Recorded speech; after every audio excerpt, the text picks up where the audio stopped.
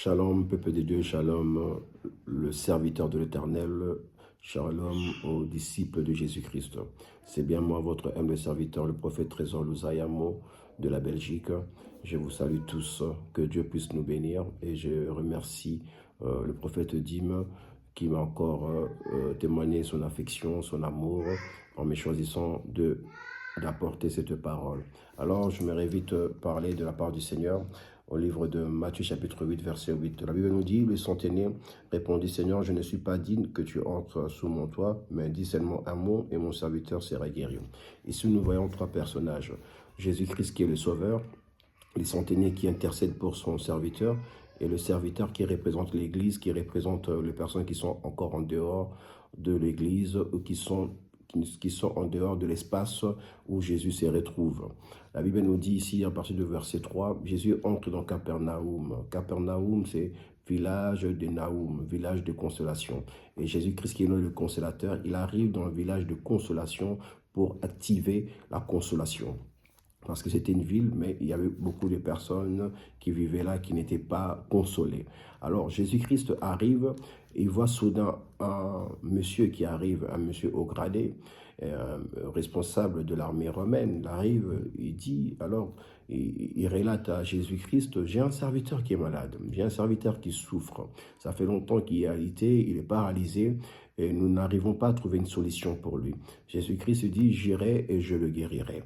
Bien-aimé, le centenier répond la parole, dit, Seigneur, moi je ne suis pas digne que tu rentres sous mon toit.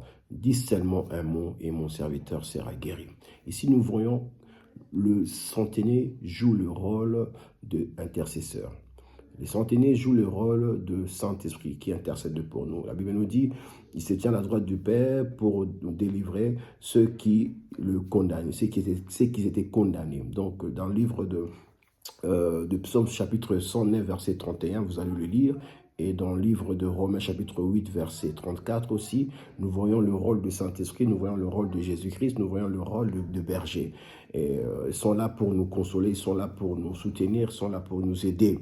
Okay? Donc ici, nous voyons le centenier, ces deux places, il va vers Jésus-Christ pour essayer de trouver une solution. Alors ici, ma question, que devons-nous faire plutôt? Que devons-nous faire étant que le serviteur de l'Éternel? Nous avons l'Église qui est malade et nous avons Jésus-Christ. Ici, la prédication d'aujourd'hui, plutôt l'enseignement d'aujourd'hui, j'aimerais attirer l'attention d'un serviteur de Dieu. Il est temps que nous nous concentrons à chercher la paix pour les personnes que nous encadrons. Il est temps que nous demandons à Dieu d'intervenir pour l'Église qui souffre actuellement, que ce soit au pays, que ce soit au Congo, que ce soit ici en Europe, l'Église est malade. Nous les parlons souvent que l'Église est sérieusement malade.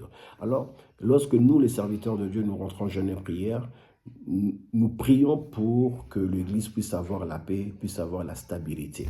Il est temps que nous demandons à Dieu de dire un mot pour que l'Église se réveille. Si vous regardez bien, que ce soit ici, surtout ici en Europe, l'Église est menacée. Nos vies sont menacées. La vie de nos enfants est menacée. Actuellement, ici en Belgique, on a instauré un cours qu'on appelle le cours de Évrard qui enseigne à nos enfants comment avoir comment avoir une relation sexuelle.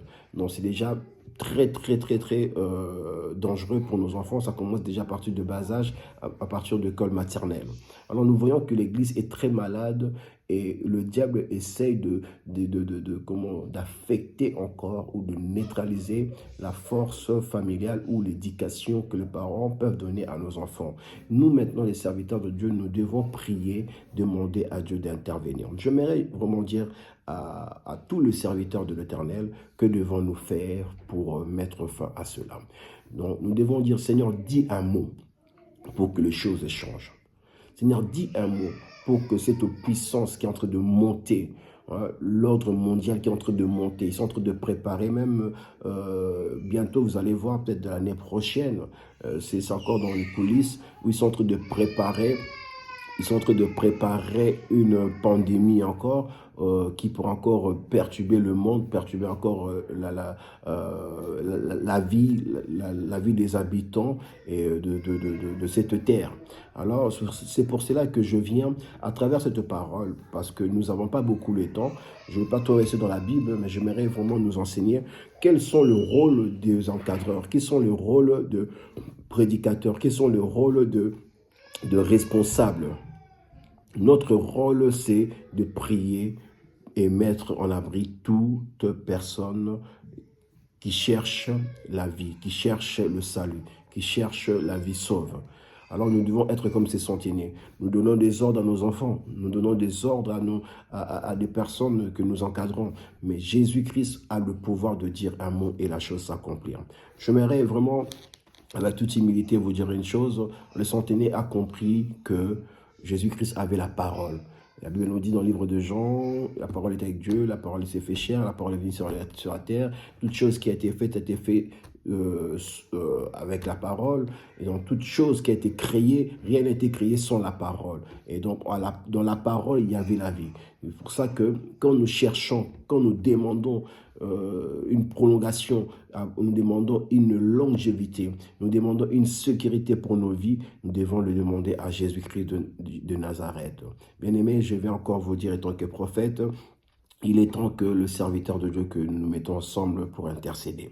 Il est temps que nous, les serviteurs de Dieu, nous cherchons le Seigneur, le Raboun, il est tout-puissant. Lui qu'on appelle Yoshua HaMashiach, El Gibor, lui qui ne recule jamais. S'il déclare un mot, s'il déclare juste un mot, vous allez voir que les choses vont changer. Jusqu'à présent, si les choses ne changent pas, posons-nous la question, est-ce que Dieu parle encore? Autant, en ancien, Dieu parlait.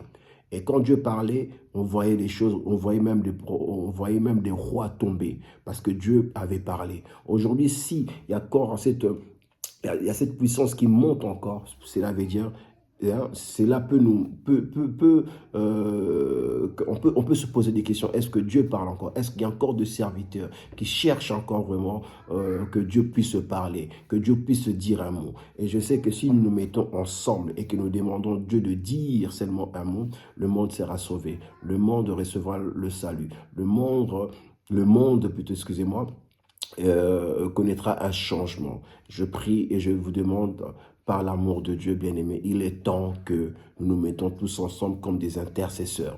Il est temps que nous nous approchons de l'Éternel et que nous demandons sa main. Il est temps que nous soyons unis, que nous entrons tous dans la chambre haute et prier, que le feu de l'Éternel descende dans son monde. Nous allons demander à Dieu, quand nous allons prier, nous lui demanderons de dire simplement un mot. Pour nos familles, pour nos enfants, qui ont du mal à trouver de travail, qui ont du mal à finir leurs études, qui ont du mal à gouverner, qui ont du mal à gagner le terrain. Et il y a un tas de choses où nous devons demander à Dieu, Seigneur, dis un mot pour qu'il y ait un changement. Merci de m'avoir suivi. C'était juste une petite exhortation et je bénis le Seigneur qui m'a inspiré, qui m'a donné l'opportunité de me tenir devant vous. Que Dieu vous bénisse. Amen.